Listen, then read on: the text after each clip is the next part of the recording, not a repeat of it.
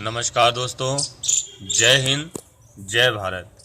दोस्तों, आज हम इस वीडियो में जानेंगे गद्य की एक गौण विधा जिसका नाम है यात्रा वृत्तांत। अर्थात जब हम किसी पर्यटक स्थल पर घूमने जाते हैं और जब उसका वर्णन अपने शब्दों में करते हैं उसे हम क्या कहते हैं? यात्रा वृत्तांत। यात्रा वृत्त संस्मरण और रेखा चित्र से मिलती जुलती विधा है। अर्थात हमें उस स्थान की क्या आती है? याद आती है जिसकी हमने यात्रा की है। इसमें लेखक अपनी किसी यात्रा का रोचक वर्णन करता है। इसमें लेखक क्या करता है? अपनी किसी यात्रा का रोचक वर्णन अपने शब्दों में करता है, जिससे जिस स्थान की यात्रा की गई है, अर्थात वो कहाँ से चला और कहाँ उसने यात्रा के लिए वो उतरा, उसका वर्णन यात्रा वृत्तांत में हमें दिखाई देता है। उसकी ऐतिहासिक, भौगोलिक तथा सांस्कृतिक विशेषताओं से पाठक परिचित होते हैं। यात्रा वृत्तांत का मुख्य उद्देश्य क्या है?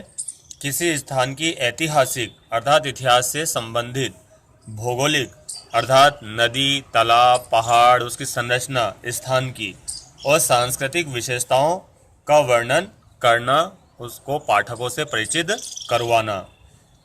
सौंदर्य का बोध और कौतूहल जगाए रखना, ये दोनों यात्रा वृत्तांत की खूबियां हैं। अर्थात हमें सौंदर्य बोध व कौतूहल, यानी कि हर गद्यांश में हमें कौतूहल जगाए रखना जरूरी होता है।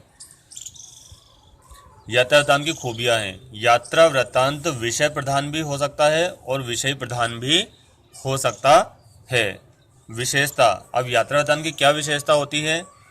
जब हम किसी यात्रा वृत्तांत को लिखते हैं तो कोई प्राकृतिक स्थल हो, यानी कि किसी प्राकृतिक स्थल के बारे में ही हमें यात्रा वृत्तांत लिखना चाहिए। जैसे पचमढ़ी है, नर्मदा है, गंगा है, यमुना का तट है, और भी कई सारे जो राजा रानियों के किले से संबंधित है, यानी कि हमें प्राकृतिक स्थल का ही यात्रा वृत्तांत लिखना चाहिए। कोई ऐतिहासिक महत्व का स्थल, भवन, अगर आप यात्रा वृत्तांत लिख रहे हैं तो वहाँ पर कोई ऐतिहासिक महल होना चाहिए, अतः इतिहास से संबंधित कोई घटना होनी चाहिए।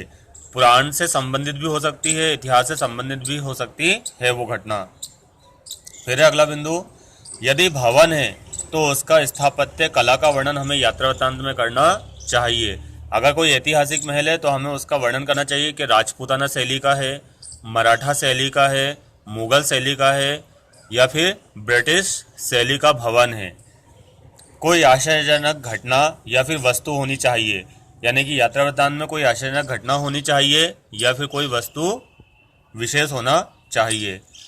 स्थान का ऐतिहासिक, पुरातात्विक, सामाजिक, सांस्कृतिक व धार्मिक महत्व होना चाहिए। उस स्थान को हमें सांस्कृतिक महत्व से जोड़ देना चाहिए, अर्थात वहाँ के लोगों की वेशभूषा, लोक नृत्य, लोक नाट्य, धार्मिक अर्थात वहाँ के देवता, सामाजिक अर्थात वहाँ का समाज कितने वर्गों में बटा हुआ है, क्या क्या है, कैसी बोलियां हैं उनकी। फिर आते हैं यात्रा वृत्तांत की शुरुआत कौन से युग से हुई है? भारतेंदु युग से, और इन्होंने ही सबसे पहले हरिद्वार तथा बैजनाथ नामक यात्रा वृत्तांत लिखकर इस विधा की शुरुआत की है। फिर है राहुल सांकृत्यायन, इनकी क्या है? मेरी यूरोप यात्रा, मेरी तिब्बत यात्रा। तो जैसे इन्होंने तिब्बत की यात्रा लिखी है तो वहाँ पर क्या है? ऐतिहासिक महत्व भी है, सामाजिक महत्व भी है, पुरातात्विक महत्व भी है, सांस्कृतिक, सारा महत्व आपको मेरी तिब्बत यात्रा में मिल जाएगा। और ये क्या है? राहुल सांकृत्यायन या घुमक्कड़ शास्त्र के रचयिता, इन्होंने सबसे अधिक यात्रा वृत्तांत लिखे इन्होंने। फिर क्या है आपके? राम वृक्ष बेनीपुरी, इन्होंने क्या लिखा है? पैरों में पंख बांधकर और उड़ता चल कबूतर। फिर है यात्रा वृत्तांत की शैलियाँ। हम कौन कौन सी शैलियों में यात्रा वृत्तांत लिख सकते हैं? संस्मरणात्मक, पत्र शैली, पत्र शैली मतलब अपने माता पिता को यात्रा का वर्णन करके दिखा सकते हैं। डायरी शैली, अपनी डायरी में हम लिख सकते हैं। आत्मकथा शैली, जब हम आत्मकथा लिखते हैं तो हमारी यात्रा वृत्तांतों का वर्णन उसमें लिख सकते हैं। तो धन्यवाद दोस्तों, उम्मीद है आपको गद्य की गौण विधा यात्रा वृत्तांत बखूबी समझ में आ गई होगी।